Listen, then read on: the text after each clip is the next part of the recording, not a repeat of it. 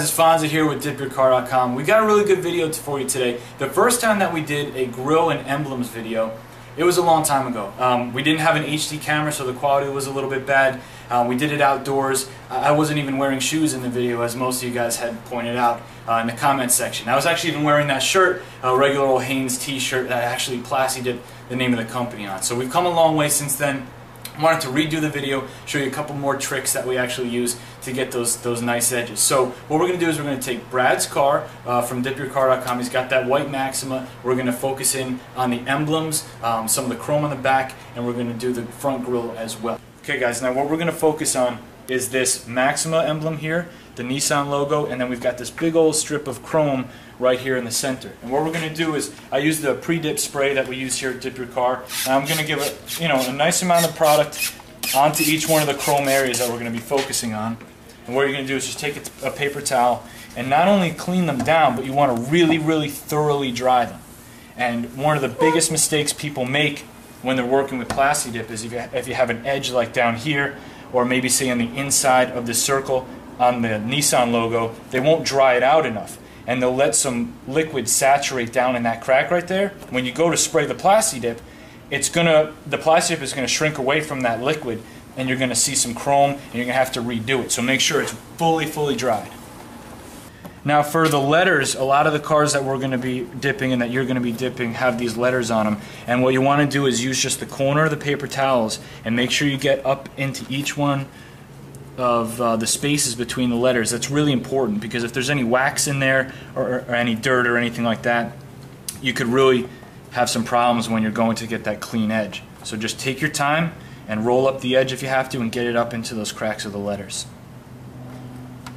Now what we're going to do is we're going to start the taping and masking process. So for those of you who know what plastidip is and how to use it, this isn't going to be anything too exciting for you, but one of the best parts of plastidip is you don't have to mask closely around the letters and around those areas. So what we're going to do is take the blue painter's tape, and we're just going to build ourselves a frame around, say, the Maxima letters to start with.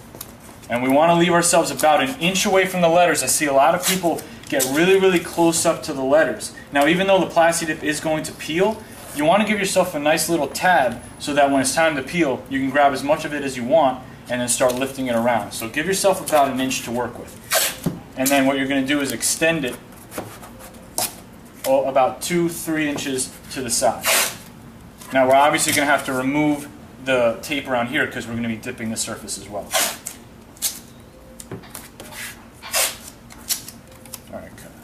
Now we've got everything masked off in the back, and what we're going to do is we're going to apply the plastidip from, say, a 7 or 8 inch distance, and we're just going to, one of the most important things to do is keep the distance consistent. Don't go in and then come out on it, and always keep the can moving. If you keep it in the same spot, it's going to build up, it's going to get too thick in that spot, and then it's going to be too late. So try to follow these motions. A nice, brisk, kind of streaking motion. We're just going to go back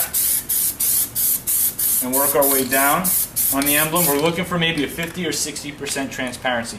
Don't try and cover it all in one coat. You want to go in for second and third coats on different angles. So just start up, work your way until you're pointing, the other direction a little bit, and get good coverage on there. Now, for this is a much larger surface area. So what I'm going to do is, it's not too wide where I feel uncomfortable making one stroke on each pass. So I'm actually going to try and cover everything, but again, keep the same distance and don't go in too close.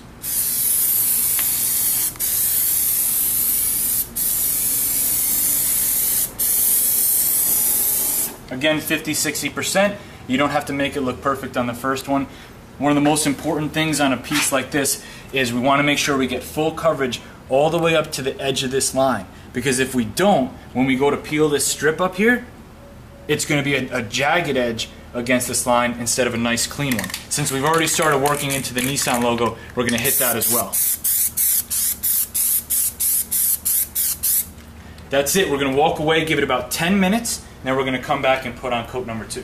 Now on this particular car, behind the grille, you've got this one plastic shield here, and it's just held in by these little push rivets, and they pop right back out with a screwdriver. Now be careful if you're going to do this. You don't want to break any of the clips, but it is important that if you can get behind the grille and protect the radiator, that's something you want to do. If you want to look down there, you can see that that is the space between the grill and the radiator and everything down there. So we've got some sheets of cardboard, and we're going to slide these down to protect the radiator and everything inside from overspray from the dip.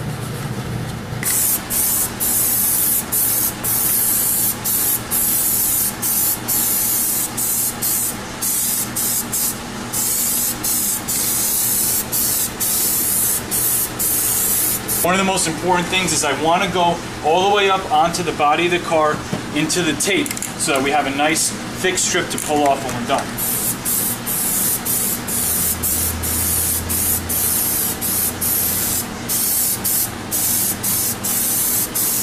Now we're going to do coat number 2 on the back, the emblems and the strip of chrome there. Now what I want to do is think about my angles. Now if I came at it from the straight angle at first, that means all these side edges haven't been hit yet. So for my second coat, I'm going to come in at an angle like this, all the way across.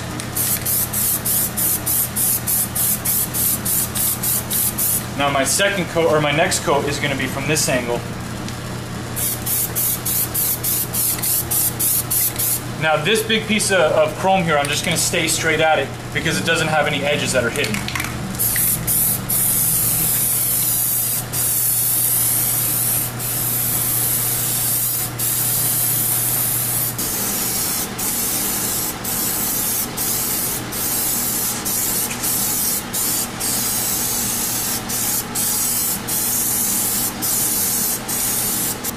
What we're going to do now is we've got 4 coats of dip from all different angles. We've given it about 15 to 16 minutes to let dry. It's plenty of time. It's dry to the touch, and it's not, if you start too early, you're going to feel when you go to peel the plasti dip up, it's going to be too soft. It's not going to have any strength to it.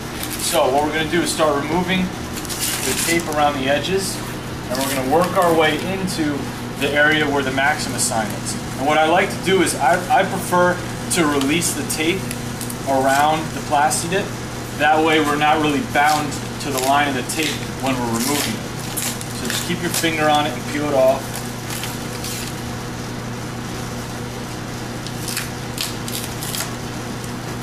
And what we're going to do is grab some of the plasti dip from one of the corners, and we're going to start working the plasti dip around the letters. Now if we go slow and we go from the right angles, the plasti dip should actually cut out around each one of the letters as we go. So the M is a really good example. It's got some really sharp angles up in there, and if I don't get the plasti dip to cut all the way through, I'm not going to force it. I'm going to move past it and then come back later. So now what I'm doing,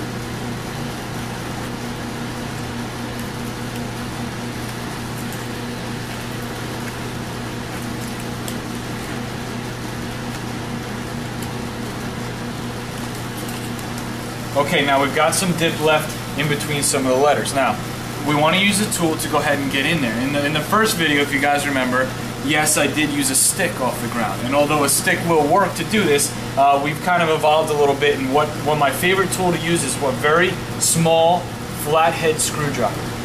And what I've done is I've kind of dragged it against the concrete a little bit just to take some of the edge away. But what we're going to do is use the flat edge of this screwdriver to just drag the plasti dip away from the edges. Now if you're not careful, obviously you could do some damage to your clear coat. So just be really gentle if you do choose to use this tool, and just always make contact with the plasti dip and drag it away. If you're not comfortable with it, you can use a toothpick or something like that. So what I'm going to do is I'm going to keep it on the plasti dip, and I'm just going to drag it away from the edge of the letter. And you can see it pulls the plasti dip away from that edge, and it'll start balling up in the middle.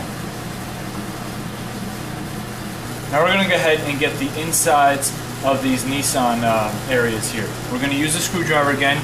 I like to kind of pick a corner and then just start dragging the dip away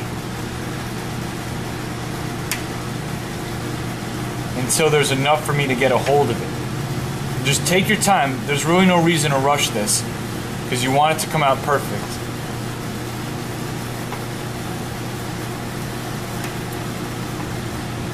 Now once I've rolled up enough to where I can get a hold of it, I'll grab that edge and then just finish the peel with my fingers. Guys, this is where the microfiber towel comes in. When you have this overspray that goes over and above where the tape is, you just take the microfiber towel and it's really, really easy to buff off. Now there's a little bit of overspray that I have here on this bottom of the bumper here. So we're just going to use the microfiber towel and you don't even really have to give it much pressure. This whole dusting area is just going to come right off. This is a good example right here. The underside of this edge. If I covered it properly, it's going to be really easy for me to peel all the way down. If I didn't cover it properly and I got some light coverage under there, it's going to speckle and give me a rough edge.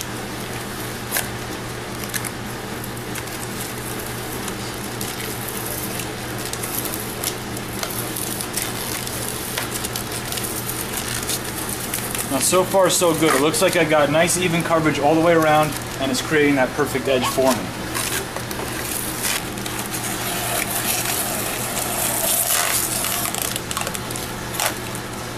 Okay guys, I hope you enjoyed the remake of the emblems and front grille video. I hope that you found it helpful. We tried to get as many angles and close-ups on what we're actually doing and what's happening with the plastidip, so you can kind of see the behavior of it so that you can get your good results as well. Fonzie from Dip Your Car, the black plastidip as well as all the colors, all the innovative things that we work with is available for you at dippyourcar.com. If you have any questions, you can either call us or email us, customer service at dippyourcar.com. We'll see you on the next video.